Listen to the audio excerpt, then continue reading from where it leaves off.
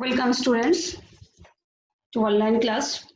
আশা করি সকলে খুব ভালো আছো, বাড়িতে সুস্থ আছো। চলছে আমাদের বিশেষ প্রস্তুতি পর্ব, দ্বাদশ শ্রেণীর পাঠদান চলছে। আমরা রয়েছি ইউনিট 1 এর রিপ্রোডাকশন, সেক্সুয়াল রিপ্রোডাকশন এই পর্যায়ে। এখানে আমরা হিউম্যান রিপ্রোডাকশনের প্রথম ক্লাস করেছি। আজকে হিউম্যান রিপ্রোডাকশনের ফিমেল রিপ্রোডাক্টিভ সিস্টেমের মধ্যে আমরা তাদের ফাংশন এবং সেই সংক্রান্ত যে সমস্ত অঙ্গগুলি রয়েছে তাদের সম্পর্কে বিস্তারিত জানব। তো প্রথমে দেখে নিই ফিমেল রিপ্রোডাক্টিভ সিস্টেমের মধ্যে কোন কোন অঙ্গগুলি রয়েছে। Associated organ about female reproductive system. দেখো, প্রথমে রয়েছে প্রধান অঙ্গ হিসেবে আমরা বলতে পারি প্রধান যৌনাঙ্গ এখানে সেক্সুয়াল অর্গান ডিম্বাশয় বা ওভারি। সেকেন্ডারি সেক্সুয়াল অর্গান রয়েছে ফ্যালোপিয়ান টিউব, রয়েছে ইউটেরাস জরায়ু, রয়েছে বার্থোলিন গ্ল্যান্ড, রয়েছে ভ্যাজাইনা। এবং এক্সটার্নাল যে সমস্ত অঙ্গগুলি রয়েছে associated organs externally they are mons, pubis, labia majora, labia minora, clitoris and vestibule. স্ত্রী জননতন্ত্র বা ফিমেল রিপ্রোডাক্টিভ সিস্টেমের কাজ কি? কাজ কি হতে পারে? অবশ্যই উসাইড বা ডিম্বাণু উৎপাদন করা এবং ডিম্বাণু নিঃসরণ করা অর্থাৎ অভুলেশন করা, ভ্রূণ গঠন করা, এমব্রায়ো তৈরি করা, প্রডিউস করা এবং ভ্রূণের শিশুতে পরিণত হওয়ার বা রূপান্তরিত হওয়ার যে সমস্ত কার্যাবলী রয়েছে সমস্তই ফিমেল রিপ্রোডাক্টিভ সিস্টেমের কাজ। এইবার আমরা একটি একটি করে অঙ্গাণু কাজগুলো আমরা দেখে নেব যে বিস্তারিতভাবে ফিমেল রিপ্রোডাক্টিভ সিস্টেমের প্রধান অঙ্গ যেটি নাম বলেছি আমরা অবশ্যই ওভারি। ওভারির কাজ কি হতে পারে ব্রিফলি আমরা এবার ডিসকাস করব। দেখো, ওভারি ইউটেরাস এই পোর্শনটাকে বলা হচ্ছে ইউটেরাস। ইউটেরাসের দুপাশ থেকে রয়েছে ওভারি, দুপাশে রয়েছে দেখো ওভারি বা ডিম্বাশয়। তাহলে এই ওভারি পেলভিক রিজিয়ন, যে লোয়ার অ্যাবডোমেন আমাদের রয়েছে পেলভিক রিজিয়ন যেখানে আমাদের রিপ্রোডাক্টিভ অর্গানগুলি রয়েছে, তো সেই পোর্শনে ইউটেরাসের দুপাশ থেকে দুদিকে রয়েছে ওভারি বা ডিম্বাশয়। এবং সেটি যে পর্দার দ্বারা ইউটেরাসের সঙ্গে যুক্ত আছে সেই পর্দাটির নাম হচ্ছে মেসোভ্যারিয়াম, যেটি জরায়ুর সঙ্গে এটি যুক্ত রয়েছে। এবং এই যে ডিম্বাশয় নালী এবং ডিম্বাশয়ের মধ্যে দেখো এখানে ফলিকলস গুলো বলাই রয়েছে, যে ফলিকলস থেকে আলটিমেটলি উসাইট তৈরি হয়। সেই ফলিকলস গুলি রয়েছে প্রাইমারি ফলিকলস, যেখান থেকে জার্ম সেল তৈরি হয়। সেগুলি এখানে অবশ্যই আমরা দেখতে পাচ্ছি পয়েন্টিং এ রয়েছে, this are follicles in the ovaries. তাহলে এই ওভারিজ এর কাজ কি? ডিম্বাণু নিঃসরণ করা। এবং দেখো এখানে যে পোর্শনটা একই সঙ্গে বলে দিচ্ছি যে ওভারি এর ফিমব্রি, যে এই যে চুলের মতো অংশগুলি রয়েছে এগুলোকে বলা হয় ফিমব্রি। আর এই ফিমব্রি যে পোর্শন রয়েছে দেখো এর পাশে লেখা আছে ওভিডাক্ট, তার মানে এই ওভিডাক্টকে বলা হয় আসলে ফ্যালোপিয়ান টিউব পরবর্তী অংশ। তাহলে ডিম্বাশয় ফ্যালোপিয়ান টিউবের সঙ্গে ফিমব্রির গায়ে কিন্তু রয়েছে, এখান থেকে ডিম্বাণু ক্ষরণ হয়ে ফিমব্রিতে এখানে পৌঁছায়। সেই জন্য বলা হচ্ছে ওভারির প্রাইমারি কাজ হচ্ছে উসাইড তৈরি করা এবং দ্বিতীয় কাজ হচ্ছে উসাইড বা ডিম্বাণু নিঃসরণ করা এবং ফিমেল হরমোন ক্ষরণ করা। ওকে, এবার সেকেন্ডারি যেগুলি রয়েছে সেকেন্ডারি সেক্সুয়াল অর্গানগুলি, সেগুলোর মধ্যে এক নম্বরে রয়েছে ফ্যালোপিয়ান টিউব। আমরা বলেছি যে ফ্যালোপিয়ান টিউবে চলে আসবার পরে দিস ইজ ফ্যালোপিয়ান টিউব মানে ওভিডাক্ট। এখান থেকে অ্যাকচুয়ালি ডিম্বাণু সিক্রেট হয়ে ওভারি থেকে ডিম্বাণু যে পদ্ধতির মাধ্যমে সিক্রেট হয়ে এই ওভিডাক্টে চলে আসবে বা ফ্যালোপিয়ান টিউবে চলে আসবে, সেই পদ্ধতির নাম হচ্ছে ওভুলেশন। এবং সেখান থেকে ডিম্বাণু অবশ্যই এই ওভিডাক্ট বা ফ্যালোপিয়ান টিউব হয়ে আলটিমেটলি এটি ইউটেরাসে চলে আসবে, ইউটেরাসের মধ্যে চলে আসবে। আমরা অ্যাকচুয়ালি পর্যায়টা ব্রিফলি বলেই ফেলছি। তো এখানে থেকে ডিম্বাণু ক্ষরণ হয়ে এই পোর্শনটা যখন আসবে তার নাম বলা হচ্ছে ফিমব্রি। ফিমব্রি থেকে এইখানে আরেকটু সরিয়ে দিয়ে যে পোর্শনটা রয়েছে তার নাম রয়েছে অ্যাম্পুলা অফ দি ওভারডাক্ট বা ফ্যালোপিয়ান টিউব।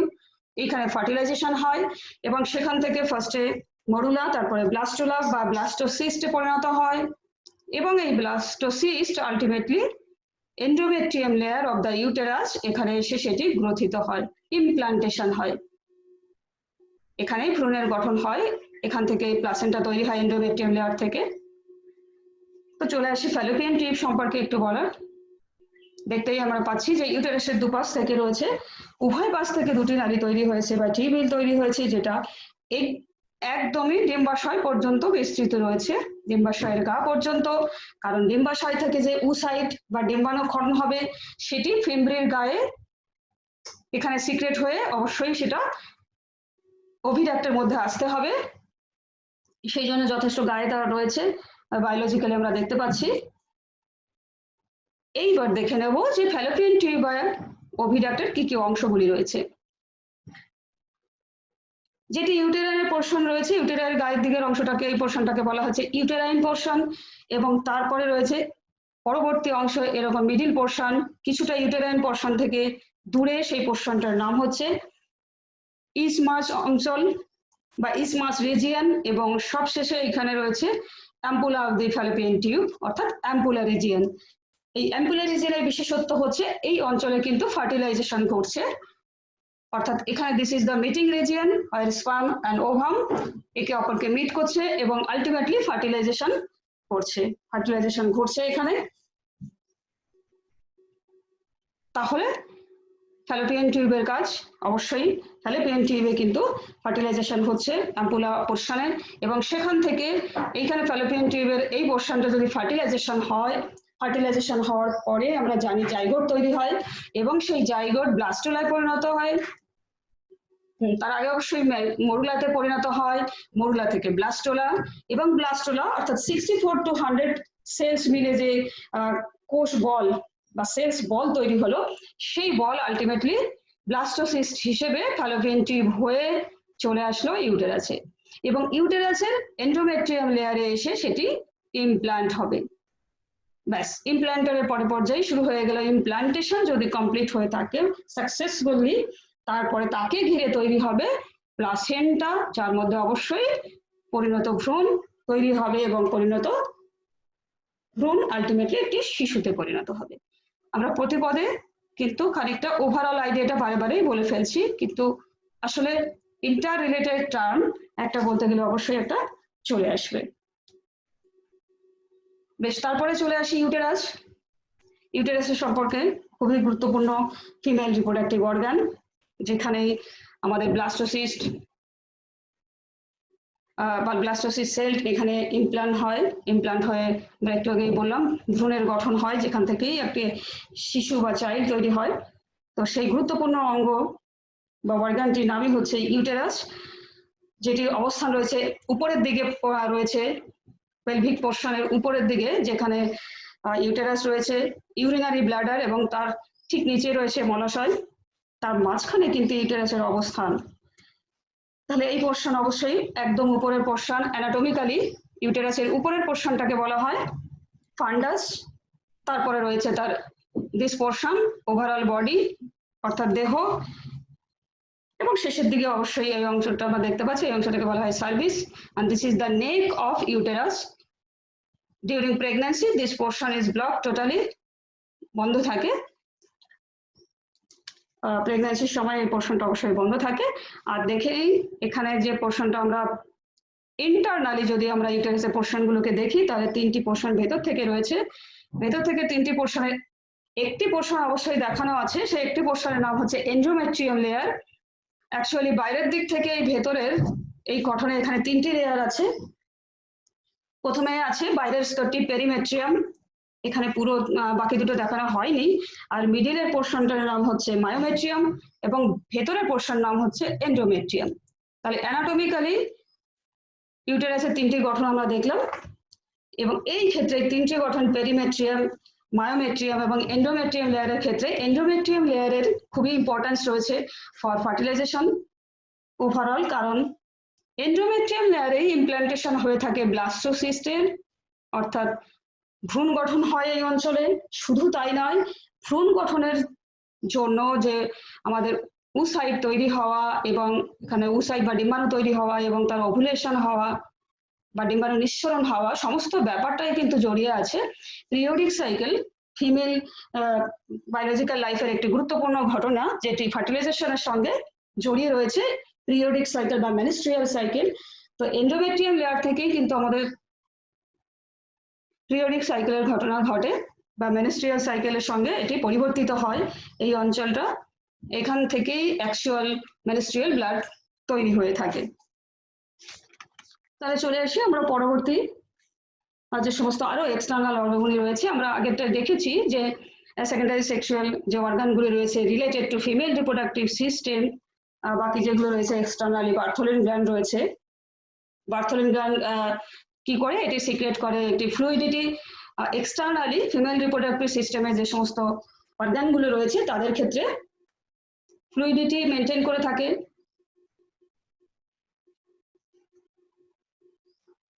এবং হাইড্রেশন করতে সাহায্য করে।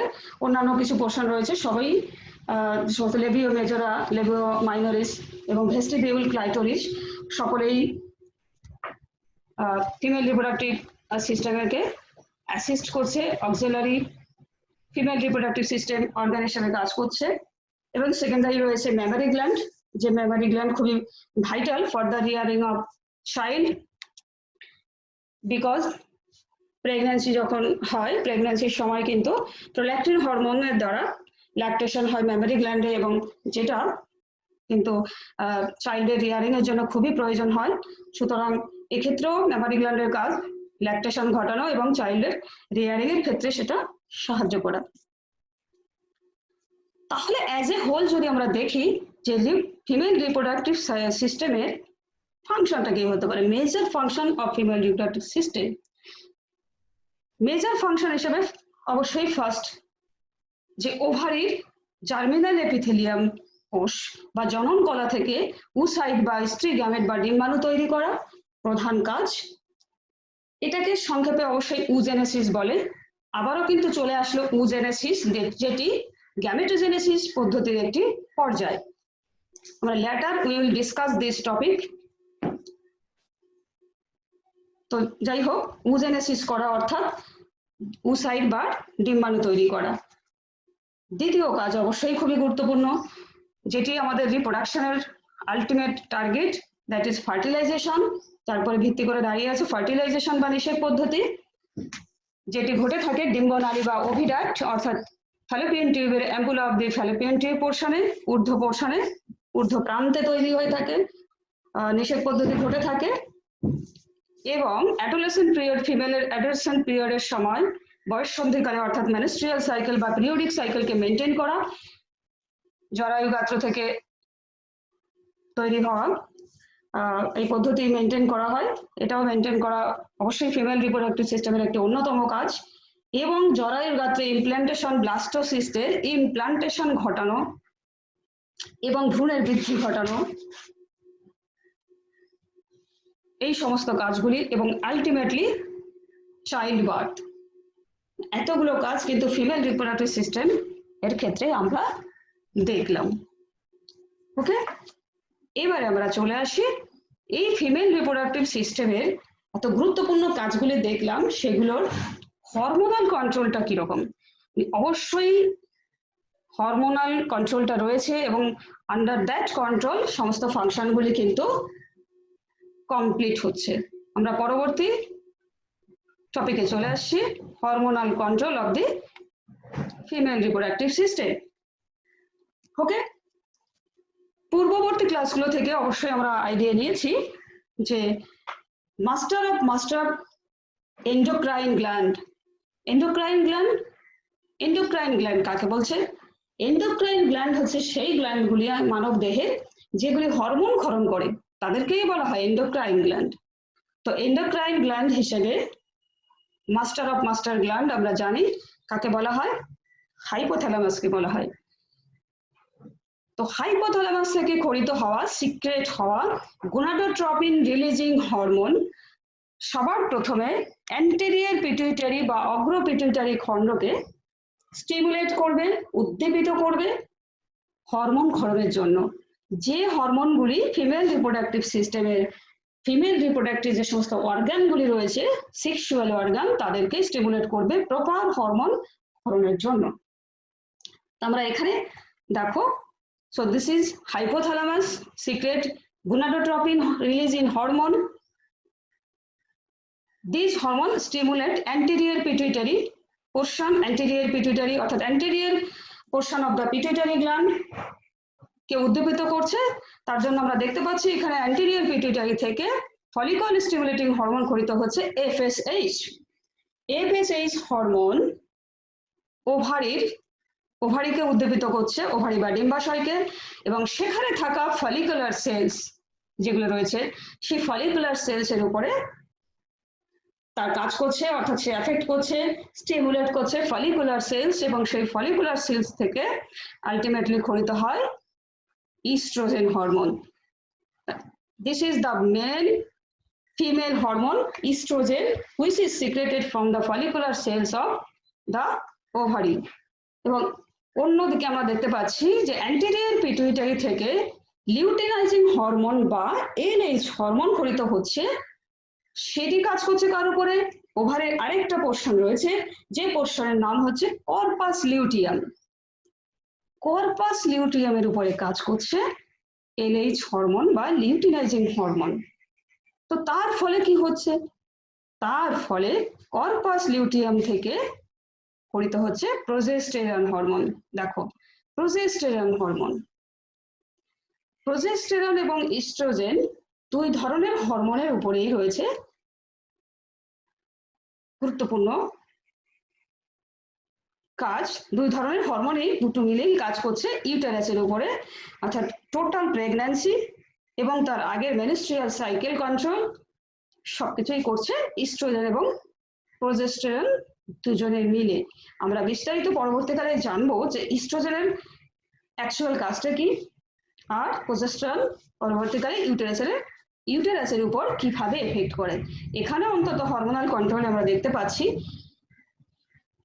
যে এফএসএইচ হরমোন ফলিকুলার সেলের উপরে স্টিমুলেট করছে, এবং তার জন্য ওভারি থেকে খরিত হচ্ছে ফিমেল মেইন হরমোন এস্ট্রোজেন, যার আলটিমেট এফেক্ট ইনফ্লুয়েন্স রয়েছে ইউটেরাসের উপরে। এবং অন্যদিকে কর্পাস লিউটিয়াম থেকে প্রোজেস্টেরন হরমোন রয়েছে ইউটেরাসের উপরে, সেও এফেক্ট করছে ডিউরিং প্রেগন্যান্সি।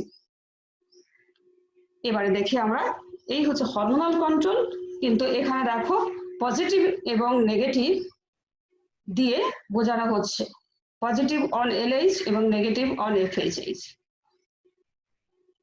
অনেক সময় প্রোজেস্টেরন এবং ইস্ট্রোজেনের ক্ষরণ যদি অতিরিক্ত বেশি হয়ে যায়, তখন তার একটা নেগেটিভ এফেক্ট কিন্তু পরে হাইপোথ্যালামাসের উপরে, অর্থাৎ হরমোন ক্ষরণের উপরে। হাইপোথ্যালামাসের উপরে নেগেটিভ এফেক্ট করার ফলে জিএনআরএইচ হরমোনের ক্ষরণের পরিমাণ কমে যায়, ফলে অ্যান্টেরিয়র পিটুইটারি থেকেও এফএসএইচ হরমোনের ক্ষরণ কন্ট্রোলে চলে আসে, আলটিমেটলি এটি স্বাভাবিক পর্যায়ে চলে আসে। ওকে, তো হরমোনাল কন্ট্রোল রইল। হরমোনাল কন্ট্রোলের পরে আমরা চলে আসি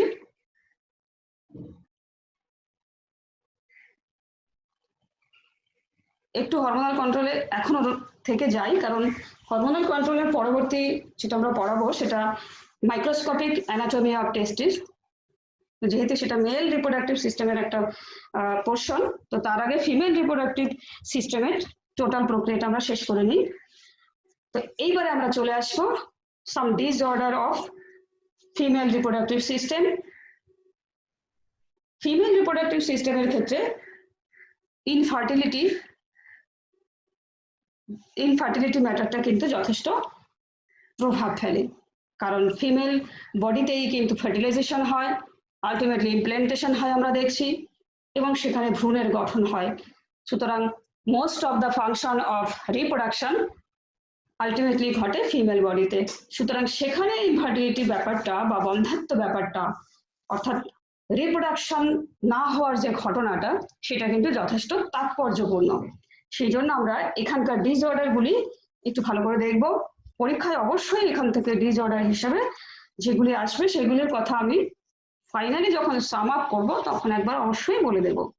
তার আগে আমরা এখন একটু দেখে নিই। First of all menstrual disorder, যে পিরিয়ডিক সাইকেল রয়েছে ফিমেল বডিতে, তো সেখানে কিছু ডিসঅর্ডার দেখা যায়। ফার্স্ট অফ অল অনেক ক্ষেত্রে দেখা যায় যে অ্যাডোলেসেন্ট পিরিয়ড হয়ে যাওয়ার পরেও কিন্তু পিরিয়ডিক সাইকেলটা সার্টেন টাইমে না হওয়া, সেই না হওয়ার ঘটনাকে বলা হয় আমেনোরিয়া। এর কখনো পিরিয়ডিক সাইকেলে যে 28 ডেজ সাইক্লিক আকারে এভরি মান্থ হয়ে থাকে, সেটা যদি নির্দিষ্ট টাইমে না হয়, অনেক সময় গোলযোগ দেখা দেয়। কখনো কখনো 1 মান্থ গ্যাপ হয়ে যেতে পারে, কখনো 1 to 6 to 5 ডেজ থাকার কথা সেটা যদি না হয়ে আরো বেশি দিন হয়ে থাকে। প্রত্যেকটাই কিন্তু হরমোনালি কন্ট্রোল বা অন্য কোনো ফিজিওলজিক্যাল প্রবলেম থাকতে পারে। এরকম প্রবলেমগুলো হলে সেক্ষেত্রে তাদেরকে বলা হয় মেনোরেজিয়া। বেশি দিন যদি সেটা এক্সিস্ট করে পিরিয়ডিক সাইকেল, তখন সেটাকে বলা হয় মেনোরেজিয়া। ডিসমেনোরিয়া বা পেইনফুল পিরিয়ডিক সাইকেল, অনেক ক্ষেত্রে এটা হতে পারে। সামটাইমস এন্ডোমেট্রিয়াসিস হতে পারে বা অন্য কোনো ফিজিওলজিক্যাল কন্ডিশন থাকতে পারে, সেই জন্য পেইনফুল পিরিয়ডিক সাইকেল দেখা যায়, একে বলা হয় ডিসমেনোরিয়া। পরীক্ষায় অনেক সময় শর্ট প্রশ্ন হিসেবে অবশ্যই কিন্তু এই পোর্শন থেকে আসে। লাস্টে আমরা চলে আসি পরের disorder, breast cancer. Secondary sexual organ হিসেবে ম্যামারি গ্ল্যান্ডের কথা আমরা বলেছি। বিভিন্ন কারণে সেখানে বিভিন্ন লাম্প দেখা যায়। সেই লাম্পগুলো অনেক সময় টিউমারাস আকার ধারণ করে। টিউমার মানে কি? এক্সটার্নাল গ্রোথ বা extra growth of the cell, many cells, এবং তারা একটা সেল বল তৈরি করে, সে কোষপুঞ্জ তৈরি করে, যেগুলোতে টিউমার হয়। অনেক সময় দেখা যায় এই টিউমারগুলি ম্যালিগন্যান্ট আকার ধারণ করে, অর্থাৎ ক্যান্সার। তো এরকম কন্ডিশন এখন অনেক দেখা যাচ্ছে। তার অনেক এনভায়রনমেন্টাল পলিউশন এবং অনেক ফিজিওলজিক্যাল প্রবলেম পেছনে রয়েছে, সে কারণগুলো আমরা বলছি না, আমরা শুধু ডিসঅর্ডারের কথা একটু খেয়াল করছি। তো সেক্ষেত্রে এগুলোকে কিন্তু ক্যান্সারাস হয়ে গেলে এই ঘটনাকে বলা হয় ব্রেস্ট ক্যান্সার। তারপরে হতে পারে সার্ভাইকাল ক্যান্সার রয়েছে, আমরা পরে পড়বো সেক্সুয়ালি ট্রান্সমিটেড ডিজিজ। কিছু ডিজিজ রয়েছে যেগুলো সেক্সুয়াল রিপ্রোডাকশনের সঙ্গে সম্পর্কযুক্ত। সেখানের মধ্যে আমরা দেখব যে হিউম্যান প্যাপিলোমা ভাইরাস, এইচপিভি, এই সার্ভাইকাল ক্যান্সারের জন্য দায়ী। এটি সার্ভিক্সে হয়ে থাকে, এটি যথেষ্ট গুরুত্বপূর্ণ ডিসঅর্ডার রয়েছে। তারপরে ওভারিয়ান সিস্ট, এটাও ভীষণ ফিমেলদের ক্ষেত্রে কমন রয়েছে, যে ওভারিতে ফলিকলস গুলো যেগুলো রয়েছে, যে ফলিকলস গুলো ম্যাচিওর হয়ে উসাইট বা ডিম্বাণু তৈরি করবে, কিন্তু কিছু ফলিকলস এর মতো দেখতে, তাদের ভেতরটা ফ্লুইড রয়েছে, তরল রয়েছে, তারা ফুলে গিয়ে ফলিকলের মতো তৈরি করেছে, কোষের মতো আকার ধারণ করেছে, কিন্তু ভেতরটা রয়েছে ফ্লুইড বা তরল, সেগুলোকে বলা হয় সিস্ট। অ্যান্ড ওভারিয়ান এই সিস্ট ভীষণ কমন রয়েছে। তো এগুলো বেশি হলে কি হবে? ফলিকলস ম্যাচিওর হতে না হতেই এই সমস্ত সিস্ট গুলো প্রচুর পরিমাণে হতে থাকে, এবং তার ফলে ওভারিতে এক ধরনের পেন হয় এবং ভালো উসাইট বা উসাইটের পরিমাণ কিন্তু ক্রমশ কমতে থাকে। তো সেক্ষেত্রে উসাইট যদি কম হয়, তাহলে উসাইট বা ডিম্বাণু তৈরি হওয়া কম হয়ে যাবে। সুতরাং ফার্টিলাইজেশনের ক্ষেত্রে অবশ্যই সেটা একটা ব্যারিয়ার, সেটা অন কাইন্ড অফ ইনফার্টিলিটি বা বন্ধ্যাত্ব আমরা বলতেই পারি। পরবর্তী ডিসঅর্ডারে চলে আসি, ectopic pregnancy. Pregnancy as usual একটু আগেই কিন্তু আমরা দেখেছি যে ইউটেরাসের এন্ডোমেট্রিয়াম লেয়ারে, এন্ডোমেট্রিয়াম লাইনিং এই কিন্তু ব্লাস্টোসিস্ট কোষপুঞ্জ ইমপ্লান্ট হচ্ছে, তাকে ঘিরে সেখানে প্লাসেন্টা তৈরি হচ্ছে, সেই ব্লাস্টোসিস্ট থেকে গ্যাস্ট্রুলেশন পর্যায়, এবং তারপরে ভ্রূণ, ভ্রূণ থেকে পরিণত শিশু, সবটাই ইউটেরাসের মধ্যেই ঘটছে। তার মানে অ্যাকচুয়াল প্রেগন্যান্সির সমস্ত পর্যায়গুলি ইউটেরাসের মধ্যেই হচ্ছে।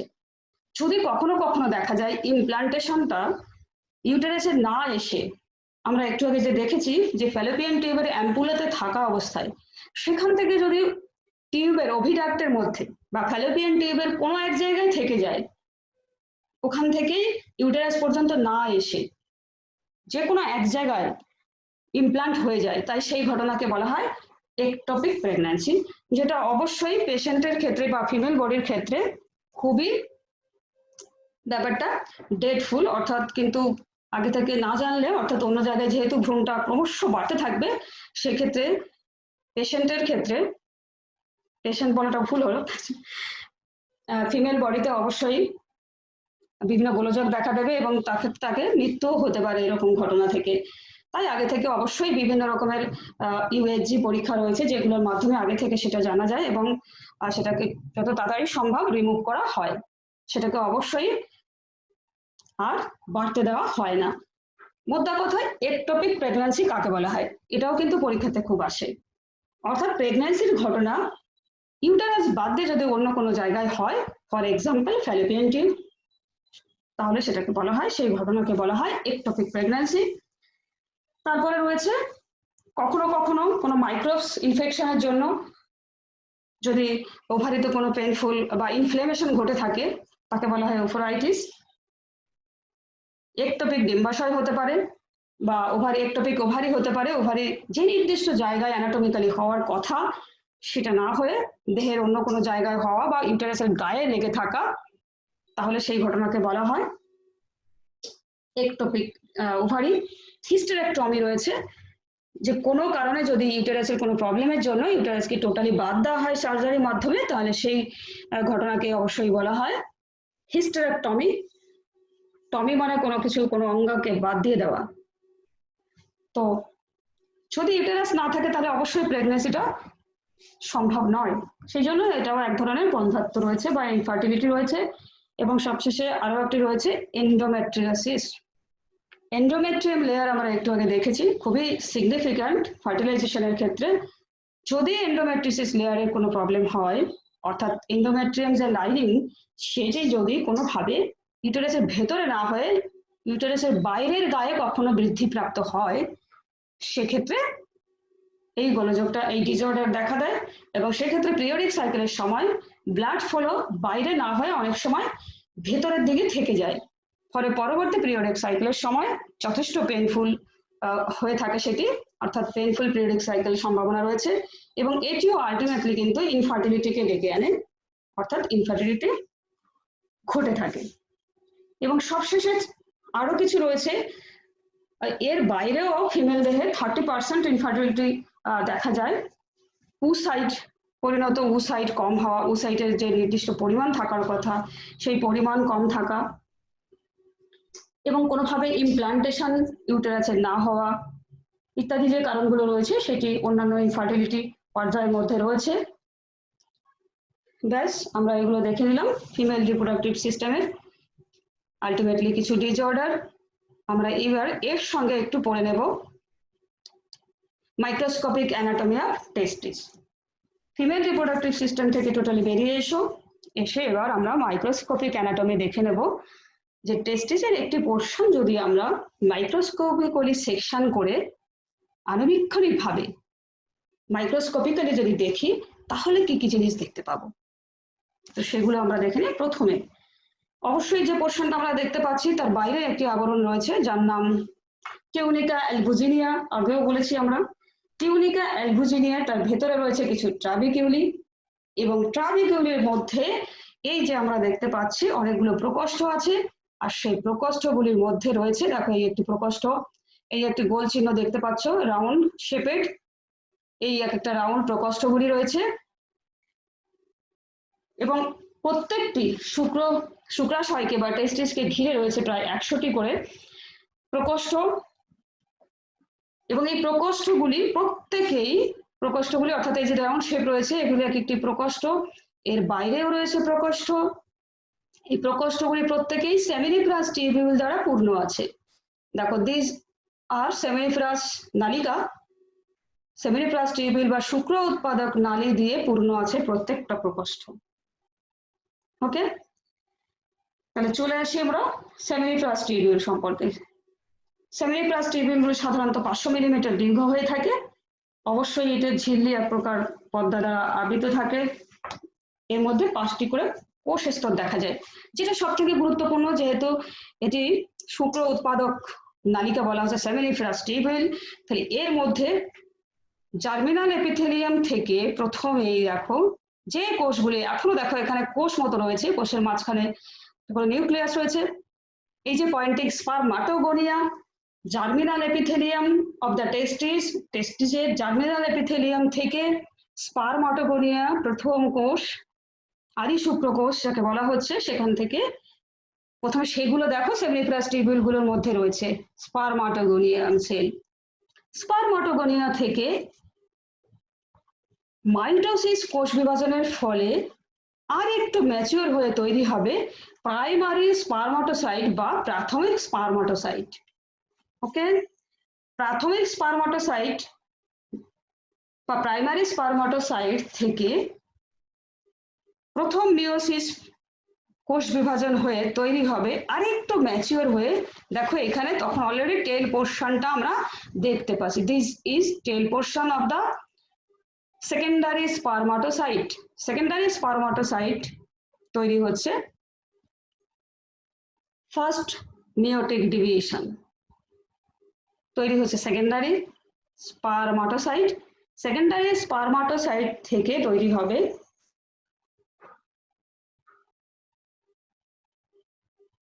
স্পারমাটিড। দেখো এই পোর্শনে রয়েছে স্পারমাটিড। স্পারমাটিড তৈরি হচ্ছে এখনো কিন্তু একটি অপরিণত শুক্রাণু। স্পারমাটিডকে বলা হচ্ছে অপরিণত শুক্রাণু, এখনো কিন্তু ম্যাচিওর হয়নি, তৈরি হয়ে গেছে মিওটিক, সেকেন্ড মিওটিক ডিভিশনের ফলে তৈরি হয়েছে। ঠিক আছে, আমরা এখানে কিন্তু গ্যামেটোজেনেসিস বলাই হয়ে গেল, অর্থাৎ যে প্রক্রিয়ায় মেল জার্ম সেল বা স্পার্ম তৈরি হয় সেটি হচ্ছে স্পারমাটোজেনেসিস। গ্যামেটোজেনেসিসের অন্য একটি পর্যায়, অর্থাৎ গ্যামেটোজেনেসিস মানে হচ্ছে যে পদ্ধতিতে গ্যামেট তৈরি হয়। এবার যখন মেল গ্যামেট তৈরি হবে তখন তার নাম হবে স্পারমাটোজেনেসিস, আর যখন ফিমেল গ্যামেট তৈরি হবে বা ওসাইট তখন তার নাম হবে ওজেনেসিস। এখানে যেহেতু আমরা মাইক্রোস্কোপিক অ্যানাটমি অফ টেস্টিস পড়ছি, তাহলে সেক্ষেত্রে আমরা স্পারমাটোসাইট গুলোকেই তো দেখবো, সেগুলো দেখার জন্য আমাদের একবার কিন্তু গ্যামেটোজেনেসিসই বলা হয়ে যাচ্ছে। তাহলে চলে আসে অপরিণত স্পারমাটিড গঠিত হয়েছে। অপরিণত স্পারমাটিডের পরে যে পদ্ধতির মধ্য দিয়ে আলটিমেটলি তৈরি হবে, দেখো স্পারমাটিডের পরে শুধু শুক্রাণু কথাটা লেখা আছে, অলরেডি সেখানে টেল আরো বড় দেখাচ্ছে। সবচেয়ে ম্যাচিওর পরিণত শুক্রাণু রয়েছে এটি, যার নাম হচ্ছে স্পারমাটোজোয়া বা পরিণত শুক্রাণু বা স্পার্ম। যে পদ্ধতিতে আসলে স্পারমাটিড থেকে শুক্রাণু বা স্পার্ম তৈরি হয়, পরিণত ম্যাচিওর স্পার্ম বা স্পারমাটোজোয়া তৈরি হয়, তাকে বলা হয় স্পারমিওজেনেসিস। আমরা অবশ্যই পরবর্তী ক্লাসে অবশ্যই ক্লিয়ার করব। এখানে শুধু আমরা কিভাবে সেমিনিফেরাস টিউবিউলের জার্মিনাল এপিথেলিয়াম থেকে পরপর পরিণত শুক্রাণু তৈরি হচ্ছে সেটা কিন্তু আমরা দেখবো। এবার তোমাদের এই চিত্রটা খুবই ইম্পর্ট্যান্ট রয়েছে, এটা রয়েছে ব্লাড ভেসেলস। আচ্ছা, আর মাঝে মাঝে আমরা দেখতে পাচ্ছি এখানে দেখো লেডিক সেল, কারণ লেডিক এর আন্তঃকোষ থেকে, ভেতরের কোষ থেকে, ইন্টারস্টিশিয়াল সেলস অফ লেডিক, এই পোর্শন থেকে কিন্তু পুরুষ দেহের সব থেকে গুরুত্বপূর্ণ হরমোন টেস্টোস্টেরন হরমোন ক্ষরিত হয় লেডিকের আন্তঃকোষ থেকে। এখানে অবশ্যই এর কোষগুলির সাইটোপ্লাজমের মধ্যে কিছু ফ্যাটি লেয়ার রয়েছে, সেই ফ্যাটি লেয়ার থেকে টেস্টোস্টেরন হরমোন ক্ষরিত হয় এই আন্তঃকোষ থেকে। ওকে, এবং সবশেষে এখানে যেটা নেই সেটা সার্টলি কোষ। সার্টলি কোষগুলো আমরা যে পিডিএফ গুলো দিয়েছি তোমাদের, সার্টলি কোষগুলো দেখবে সেখানে রয়েছে। তো এই শুক্রাণুগুলো কি হয়, এই শেষের দিকে এসে সার্টলি কোষের গায়ে লেগে থাকে। অর্থাৎ সার্টলি কোষগুলো কোনগুলোকে বলবো, সার্টলি কোষ হচ্ছে সেমিনিফেরাস নালিকার বা সেমিনিফেরাস টিউবিউলের বাইরের প্রাচীরে অবস্থিত এই কোষপুঞ্জ, তাকে বলা হয় সার্টলি কোষ। সার্টলি কোষকে অ্যাকচুয়ালি বলা হয় সাসটেন্টাকুলার সেলস বা পোষক কোষ। অর্থাৎ এই পরিণত শুক্রাণুগুলি সার্টলি কোষের মধ্যে কিছুক্ষণ ধরে থেকে যায় এবং সেখান থেকে তারা পুষ্টি রস অর্থাৎ নিউট্রিশন গ্রহণ করে যতক্ষণ না পর্যন্ত সেখান থেকে তারা বেরিয়ে যায়। এবং এখান থেকে তাদের নির্গমনকে বলা হয় স্পার্মিয়েশন। কোথা থেকে? না সার্টরি কোষ থেকে। কাদের? না পরিণত শুক্রাণুগুলির। তাহলে সার্টরি কোষের কাজ কি? সার্টরি কোষের কাজ শুক্রাণুকে বা স্পার্মকে নিউট্রিশন প্রোভাইড করা, অর্থাৎ পুষ্টি সরবরাহ করা। এবং এই সার্টরি কোষ থেকে পরিণত শুক্রাণুর নির্গমনকে বলা হয় স্পার্মিয়েশন। কোথায় থাকে সার্টরি কোষ? এই যে সেমিনিফেরাস টিউবিউল রয়েছে শুক্র উৎপাদক নালীগুলি, এর বাইরের গাত্রে থাকে, যেটা আমরা এখন দেখতে পাচ্ছি না। সার্টরি কোষ এর পরে 5 নাম্বার রয়েছে কিছু নালিকা, যেটা আমরা প্রথম ক্লাসে টেস্টিসের অ্যানাটমিতে পড়েছি, রেটি টেস্টিস বা জালক শুক্রাশয়। সেই জালক শুক্রাশয় গুলি সূক্ষ্ম সূক্ষ্ম নালিকা গঠন করে এপিডিডাইমিস, যার মধ্যে শুক্রাণু বা স্পার্ম গুলি কিছুক্ষণ স্টোর থাকতো, যেখান থেকে মোটিলিটি তারা গেইন করেছে, অর্থাৎ সুইম করার ক্ষমতা অর্জন করেছে। তাদের সঙ্গে মিলিত হয়ে যে সমস্ত নালীগুলি বাইরে থাকে তাকে বলা হয় ভাষা এফারেন্সিয়া। অর্থাৎ একটু করে যদি তোমাদের সিকুয়েন্সিয়ালি বলি তাহলে এরকম, রেটি টেস্টিসের জালকগুলি এপিডিডাইমিসে গেল, এপিডিডাইমিসের বহির্নালিকাগুলি বা বহির্মুখী যে সমস্ত শুক্র নালীগুলি সেগুলি ভাষা এফারেন্সিয়া। সেই ভাষা এফারেন্সিয়া গুলো অনেক সময় কুণ্ডলীকৃত হয়ে শঙ্কু বা কনিক্যাল বডি গঠন করে, এবং তাদের যে কিছু কোষ রয়েছে সেই কোষগুলো সিলিয়া যুক্ত হয়। স্পার্ম, এই যে টেলগুলো আমরা দেখতে পাচ্ছি, এই টেলগুলি তারা সিলিয়া এবং ফ্লাজেলার সাহায্যেই কিন্তু সার্ভিক্স পোর্শন থেকে স্পার্মকে কিন্তু সুইং করে, আমরা একটু আগে দেখেছি যে ফ্যালোপিয়ান টিউব বা ওভিডাক্টের একদম মাথার দিকে অ্যাম্পুলা পোর্শনে ঊর্ধ্ব প্রান্তে সেখানে কিন্তু পৌঁছাতে হয়। সেই পৌঁছানোর জন্য সিলিয়া এবং ফ্লাজেলা উভয়ে স্পার্মকে সুইম করতে সাহায্য করে, এবং আলটিমেটলি তবেই তারা ফ্যালোপিয়ান টিউবের ঊর্ধ্ব প্রান্তে পৌঁছতে পারে। ওকে, তাহলে তোমাদের প্রথম থেকে সাম আপ করে দিচ্ছি। স্ত্রী জননতন্ত্রের কাজ, ফিমেল রিপ্রোডাক্টিভ সিস্টেমের ফাংশন, কি কি অঙ্গগুলি রয়েছে। যে অঙ্গগুলি তোমরা সবচেয়ে বিস্তারিত পড়বে সেটি হচ্ছে ডিম্বাশয় বা ওভারি, ইউটেরাসের বিভিন্ন অংশ, ইউটেরাসের বিভিন্ন অংশের কাজ, ইউটেরাসের বাহ্যিকভাবে তার গঠন এবং ইন্টারনাল গঠন, স্পেশালি এন্ডোমেট্রিয়ামের কাজ, ফ্যালোপিয়ান টিউবের বিভিন্ন অংশ, ফ্যালোপিয়ান টিউবের কাজ, বার্থোলিন গ্রন্থির কাজ, মেমারি গ্ল্যান্ডের কাজ, hormonal control of female reproductive system, এবং ডিসঅর্ডারগুলি মেনস্ট্রিয়াল ডিসঅর্ডারগুলি, ovarian cyst, cervical cancer, ectopic pregnancy কাকে বলা হয়, হিস্টেরেক্টমি কি, এন্ডোমেট্রিয়াসিস কি, এবং সবশেষে মাইক্রোস্কোপিক অ্যানাটমি অফ টেস্টিস, এদের পুরো গঠনটা। কিন্তু তোমাদের পরীক্ষার জন্য দুটি ইম্পর্ট্যান্ট রয়েছে, যে microscopic anatomy of ovary and testis, ছবি সহ তোমাদের এটা বড় প্রশ্নের জন্য তৈরি করতে হবে, ছবি সহ সুন্দর করে পড়বে। আবার শর্ট প্রশ্নের জন্য অবশ্যই লেডিগের আন্তঃকোষ থেকে কোন হরমোন খরিত হয়, বা লেডিগের আন্তঃকোষের কাজ কি, সার্টরি কোষের কাজ কি, কোথায় থাকে সার্টরি কোষ, স্পার্মিয়েশন কি, সার্টরি কোষ এবং লেডিগের কোষের পার্থক্য। এই প্রসঙ্গে একটা কথা আমরা একটুখানি মিস করেছি, তো সার্টরি কোষ থেকে একটা হরমোন খরিত হয় যার নাম ইনহেবিন। আমরা প্রিভিয়াস ক্লাসে দেখেছি ইনহেবিন কিন্তু এফএসএইচ এর সিক্রেশনকে ইনহিবিন করে, অর্থাৎ ইনহিবিট করে বা বাধা প্রদান করে। এটা একটু দেখে নিও, সার্টরি কোষ লেডিগের কোষের ডিফারেন্স। ব্যাস, ওভারঅল তাহলে আমরা আজকে ফিমেল রিপ্রোডাক্টিভ সিস্টেম এবং মাইক্রোস্কোপিক অ্যানাটমি অফ টেস্টিস পড়লাম, পরবর্তীকালে ডিম্বাশয়ের গঠন এবং গ্যামেটোজেনেসিস এগুলো আমরা পড়বো। ওকে স্টুডেন্টস, আজ এই পর্যন্তই, দেখা হবে পরের ক্লাসে। ভালো থেকো, সুস্থ থেকো।